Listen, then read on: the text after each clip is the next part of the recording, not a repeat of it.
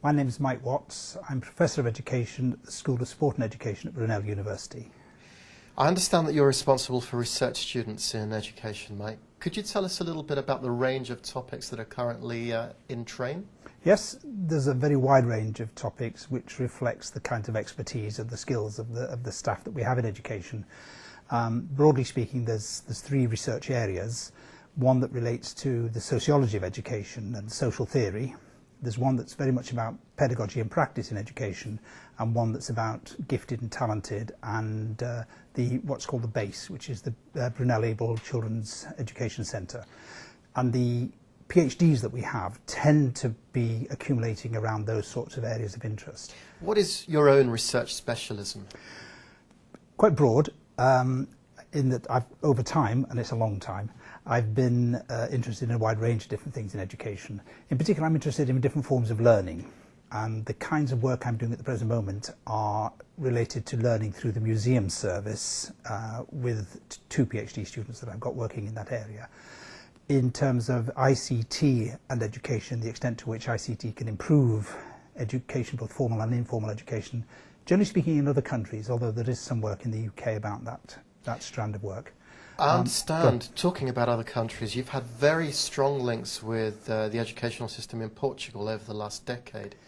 Could you tell us a little bit about those links and the impact that your work has had? The work in Portugal is about addressing higher education and the ways in which the learners that we have coming into higher education now are very different over time.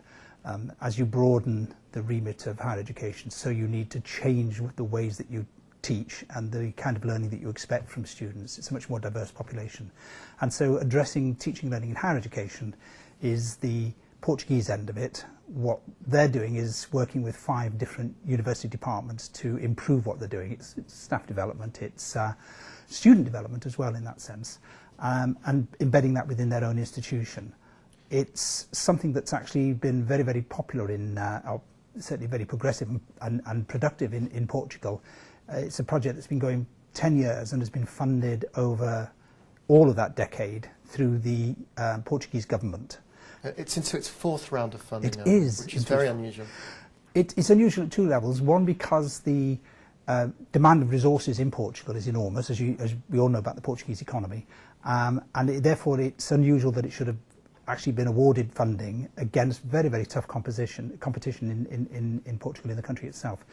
The government is very keen, of course, that it should roll out beyond the one university, and it's already beginning to draw in people from other universities in Portugal.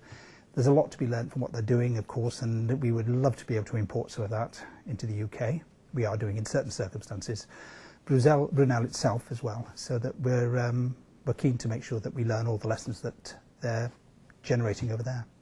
In terms of extending the lineage of work, what types of research questions will you be asking over the next few years?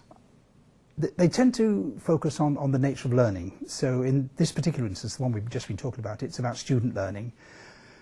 We're moving into the ways in which we can improve the quality of feedback on students' learning, and that's an enormous agenda in the UK as well as in... Very much so in the NSS. And very much so in the NSS. Across the sector. And that's absolutely right. So what we're trying to do there is to work very closely with student groups in order to be able to improve the kind of feedback that we give and offer to students and what they understand by the nature of feedback. So the quality of learning in higher education, but the quality of learning too that takes place within families and what we call intergenerational groups within, say, young children, adolescents, parents and grandparents within, for example, the museum service and so on. So there's a range of different kinds of areas in which that interest in learning picks up and develops. Thank you.